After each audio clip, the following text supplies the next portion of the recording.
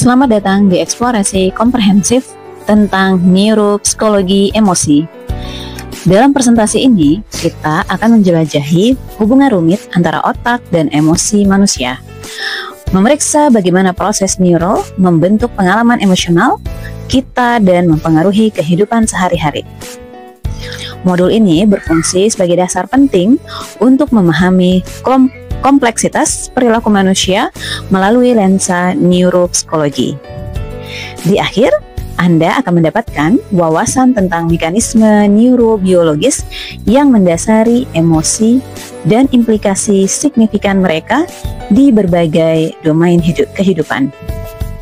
Adapun tujuan dari pembelajaran ini yaitu pertama memahami fondasi neurobiologis, kedua menganalisis teori utama, dan yang ketiga, mengembangkan strategi praktis. Nah, kita masuk ke definisi dan komponen emosi. Definisi dan komponen emosi dibagi menjadi 3 komponen. Yang pertama, komponen subjektif, yaitu pengalaman sadar yang dirasakan individu bersifat fenomenologis dan unik bagi setiap orang meskipun pola dasar perasaan cenderung universal. Kedua, komponen fisiologis, yaitu perubahan dalam tubuh sebagai respons terhadap pemicu emosional, melibatkan aktivitas sistem saraf otonom yang mempengaruhi detak jantung, tekanan darah, dan respon hormonal. Terakhir, komponen perilaku, yaitu respons yang dapat diamati baik verbal maupun non-verbal, termasuk ekspresi wajah, postur tubuh, nada suara, dan kecenderungan untuk bertindak.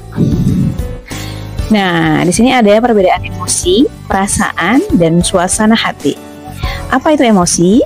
Emosi merupakan respon yang lebih akut, intens, dan berdurasi singkat, memiliki pemicu spesifik dan terarah pada objek atau peristiwa tertentu.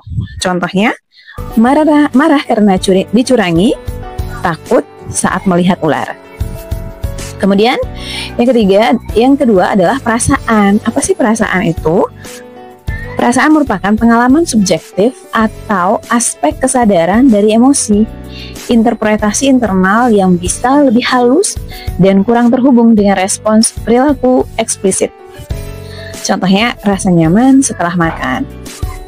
Kemudian suasana hati atau mood, yaitu kondisi afektif yang lebih difus, berdurasi lebih panjang, dan kurang terarah pada objek spesifik.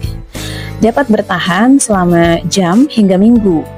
Contohnya seperti merasa sedang baik sepanjang hari tanpa alasan spesifik. Adapun fungsi adaptif emosi, yaitu pertama kesiapan bertindak, di mana emosi mempersiapkan tubuh untuk bertindak cepat dalam situasi krusial. Rasa takut mengaktifkan respons fight or flight, meningkatkan detak jantung dan aliran darah ke otot. Kemudian sebagai komunikasi sosial, yaitu ekspresi emosi wajah dan vokal adalah alat komunikasi nonverbal yang kuat. Senyum menunjukkan keramahan. Ekspresi sedih yaitu meminta dukungan. Dan ketiga adalah pengambilan keputusan, di mana emosi menyediakan informasi berharga yang mempengaruhi keputusan. Hipotesis somatic marker menyatakan bahwa respons emosional dapat memandu keputusan. Yang keempat itu membangun relasi, di mana emosi seperti cinta, kasih sayang, dan empati adalah perekat sosial fundamental, memungkinkan pembentukan ikatan dan kerjasama dalam kelompok. Oke, kita masuk ke sejarah studi neuropsikologi emosi. Pada tahun 1884 sampai 1885, William James dan Carl Linck mengemukakan bahwa respon fisiologis mendahului dan menyebabkan pengalaman emosional subjektif. Kita tidak lari karena takut, tetapi takut karena kita lari. Kemudian pada tahun 1927 sampai 1929, Walter Cannon dan Phillips Bird mengusulkan bahwa stimulus emosional secara simultan memicu pengalaman emosional di otak dan respons fisiologis di tubuh, tanpa salah satu mendahului yang lain. Dan pada tahun 1937, James Pepys mengusulkan sirkuit saraf yang mencakup talamus, hipotalamus, corpus mammillare, dan struktur lain sebagai dasar emosi. Salah satu model pertama yang menghubungkan struktur otak tertentu dengan fungsi emosional.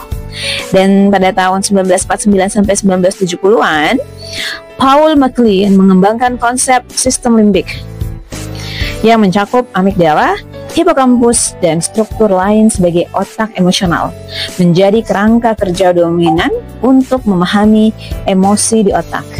Oke, masuk ke anatomi otak dan dalam pemrosesan emosi. Pemrosesan emosional di otak melibatkan beberapa wilayah kunci. Amigdala memproses ketakutan dan deteksi ancaman. Sebagai regulasi emosi, yaitu korteks prefrontal atau PVC, memainkan peran sentral dalam regulasi emosi dan pengambilan keputusan. Kerusakan pada PVC dapat menyebabkan perubahan kepribadian dan kesulitan dalam regulasi emosi. Masuk ke metode penelitian dalam neuropsikologi emosi. Antara lain adalah fungsional MRI, yaitu mengukur perubahan dalam aliran darah yang terkait dengan aktivitas saraf. Ada juga elektroencephalografi atau EEG, mengukur aktivitas listrik di otak melalui elektroda di kulit kepala. Kemudian positron emission tomography atau PET, menggunakan pelacak radioaktif untuk mengukur aktivitas metabolisme di otak. Adapun teori klasik emosi yaitu dari teori James Link, yaitu respons fisiologis mendahului dan menyebabkan pengalaman emosional. Dari teori Cannon-Burt, pengalaman emosi dan respons fisiologis terjadi secara simultan. Dan teori Schechter-Singer, yaitu emosi muncul dari interaksi arousal fisiologis dan interpretasi kognitif. Berlanjut ke teori neurobiologis kontemporer. Yang pertama, teori konstruksi emosi. Emosi sebagai konstruksi konseptual yang diciptakan oleh otak. Kemudian teori dua jalur. Jalur cepat, amigdala, dan jalur lambat, kortikal, pemrosesan emosi. Kemudian yang ketiga adalah teori affective neuroscience, yaitu sistem emosi primordial tertanam secara genetik di otak mamalia. Oke, berlanjut ke regulasi emosi dari perspektif neuropsikologi, yaitu ada reappraisal, yaitu mengubah cara berpikir tentang situasi untuk mengubah dampak emosionalnya. Kemudian suppression, menekan ekspresi perilaku emosi yang sedang berlangsung. Mindful awareness, yaitu mengobservasi emosi tanpa penilaian. Distraction, yaitu mengalihkan perhatian dari stimulus emosional. Kemudian mekanisme otak dalam regulasi emosi yaitu aktivitas stimulus emosional, yaitu stimulus pemicu aktivitas amigdala dan insula. Deteksi kebutuhan regulasi atau ACC, mendeteksi konflik antara respons emosional dan tujuan. Inisiasi strategi regulasi. DLPVC mengaktifkan strategi kognitif untuk memodulasi respons emosional. Yang keempat, modulasi amigdala. VMPVC mengirim sinyal inhibisi ke amigdala. Terakhir, respons emosional terregulasi, yaitu pengalaman emosional yang dimodifikasi. Oke, kita masuk ke neurotransmitter dan emosi, di mana neurotransmitter memainkan peran penting dalam pemrosesan emosional. Misalnya, serotonin mengatur suasana hati, dopamin mendorong perilaku pencarian hadiah, dan norepinephrine memfasilitasi respon fight or flight. Interaksi emosi dan kognisi. Pengaruh terhadap atensi, yaitu emosi dapat memfokuskan perhatian pada stimulus yang relevan secara emosional. Kemudian, pengaruh terhadap memori, peristiwa yang diwarnai emosi kuat cenderung diingat lebih baik. Kemudian, pengaruh terhadap pengambilan keputusan, emosi dapat memicu penggunaan heuristik dan bias kognitif. Berlanjut ke neuropsikologi stres dan ansietas, di mana aktivitas sistem stres dapat mengganggu fungsi PVC, menyebabkan penurunan kapasitas kognitif. Ansietis dapat menyebabkan kewaspadaan berlebihan terhadap potensi ancaman. Studi kasus klinis, yaitu PTSD. Perubahan neuropsikologi pada PTSD melibatkan amigdala yang hiperresponsif dan hipokampus yang mengalami atrofi. Pemahaman neuropsikologi PTSD telah menginformasikan pengembangan terapi seperti exposure terapi. Kecerdasan emosional dan peran otak, komponen kecerdasan emosional atau EQ terkait dengan struktur otak tertentu seperti insula dan PVC yang berperan dalam kesadaran diri, regulasi diri, empati, dan keterampilan sosial. Selanjutnya, intervensi berbasis neuropsikologi, di mana edukasi tentang mekanisme otak, emosi, mengajarkan individu tentang bagaimana emosi mempengaruhi kognisi dan perilaku.